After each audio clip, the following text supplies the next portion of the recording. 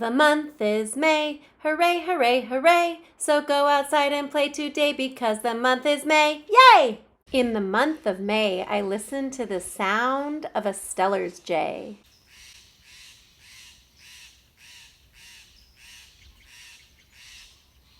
Good morning, super sparkly sapphires. Today is Friday, May 1st, 2020. It is the 147th day of school. We only have 25 days left.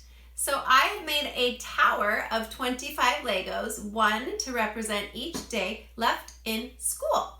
Find a mindful position in 5, 4, 3, 2, wonderful.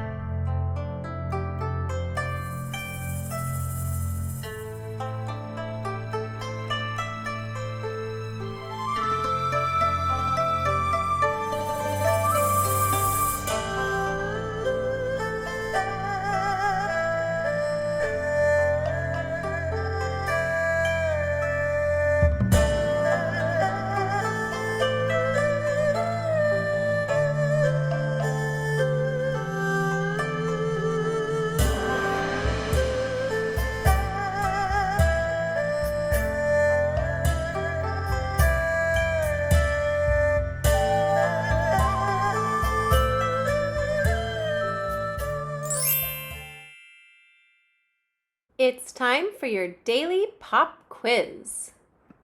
Maps. First things first, how do you spell map?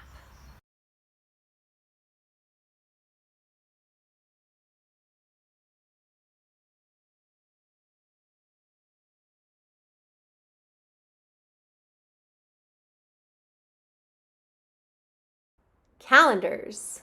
How many days are in a week?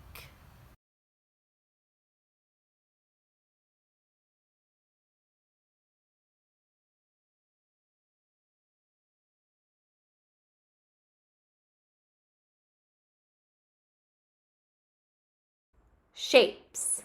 How many sides does a circle have?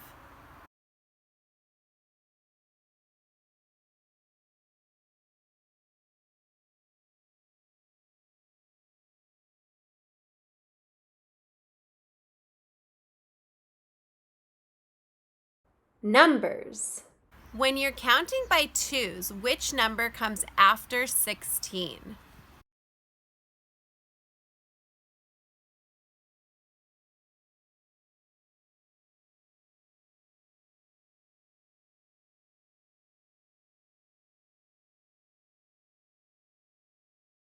Reading. Which two letters make this sound? Shh.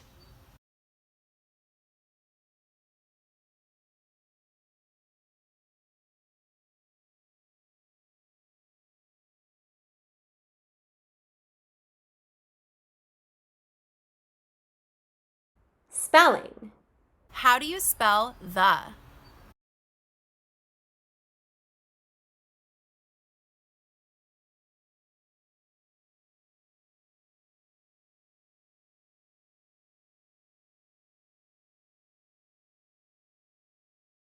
United States history.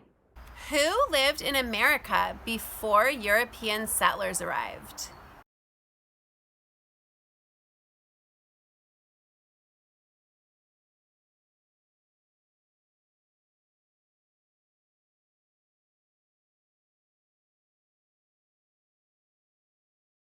Money. Which coins do you count by ones?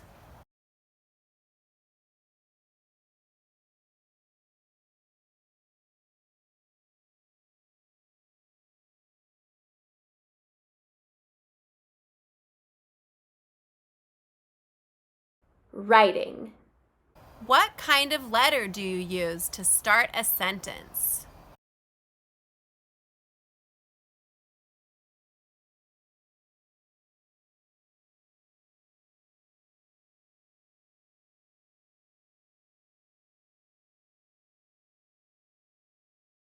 Stuart Little. What type of animal is Stuart?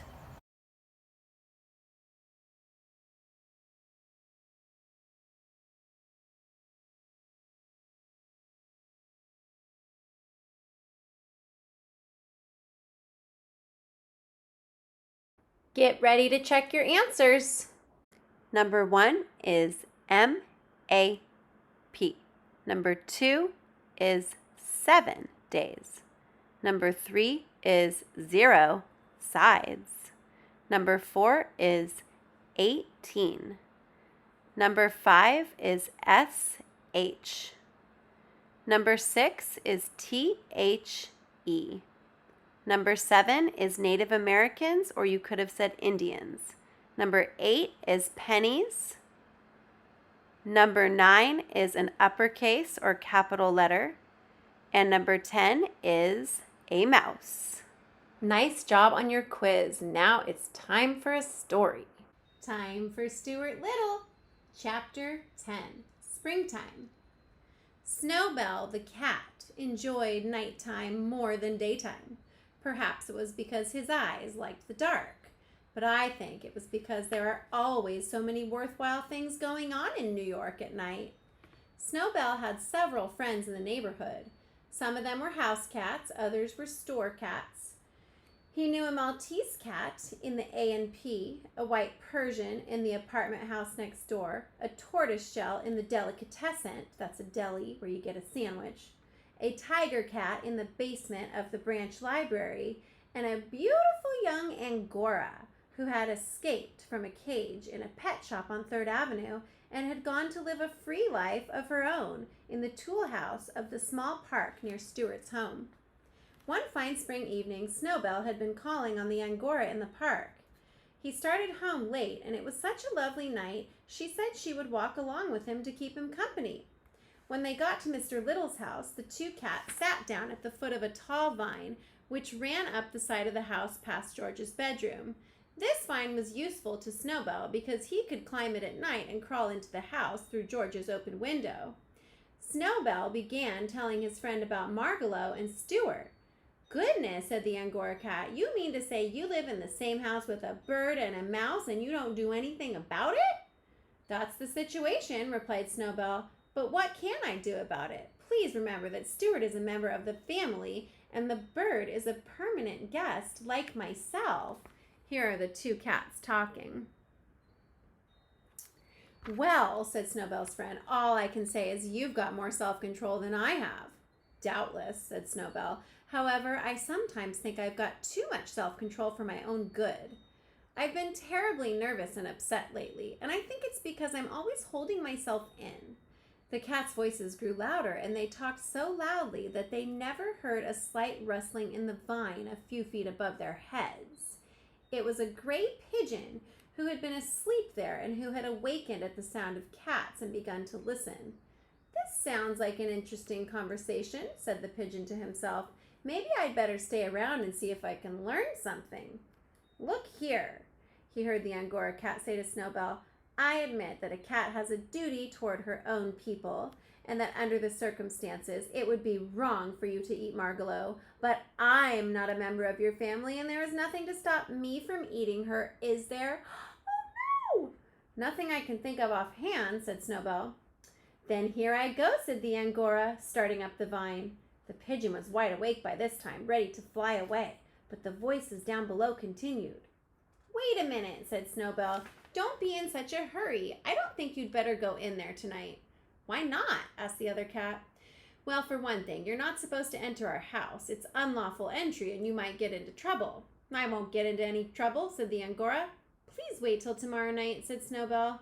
"Mr. and Mrs. Little will be going out, and you won't be taking such a risk. It's for your own good I'm suggesting this." "Oh, all right," agreed the Angora. "I guess I can wait. But tell me where I'll find the bird after I do get in." "That's simple," said Snowbell. "Climb this vine, enter George's room through the open window, then go downstairs and you'll find the bird asleep in the Boston fern on the bookcase." "Easy enough," said the Angora, licking her chops. "I'm obliged to you, sir." That means she's grateful. "Oh, man." "Well, the old thing, whispered the pigeon to himself, and he flew away quickly to find a piece of writing paper and a pencil. Snowbell said goodnight to his friend and climbed up the vine and went into bed. Next morning, Margalo found a note on the branch of her Boston fern. When she woke, it said, "Beware of a strange cat who will come by night." It was signed a well-wisher. That means someone who wishes her to be well or safe. She kept the note under her wing all day long, wondering what she had better do. But she didn't dare show it to anyone, not even to Stuart. She couldn't eat because she was so frightened. "What had I better do?" she kept saying to herself. Finally, just before dark, she hopped up to an open window, and without saying anything to anybody, she flew away.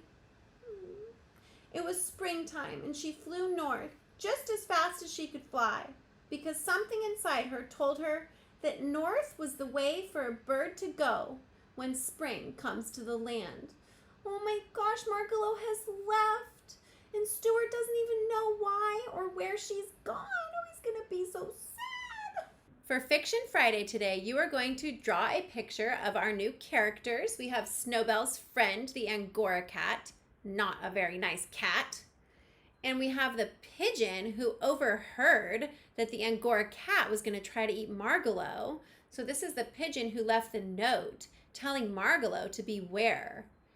And down here we have the word obliged, which means that you are grateful to someone, you're thankful. And here you're going to draw a scene from chapter 10. So you might draw the cats talking outside the window. You might draw the pigeon hiding in the bush. Maybe you'll draw the pigeon writing the note to Margalo, and maybe you'll draw Margalo flying away. You have so many choices for such a short little chapter. Have fun. See you tomorrow.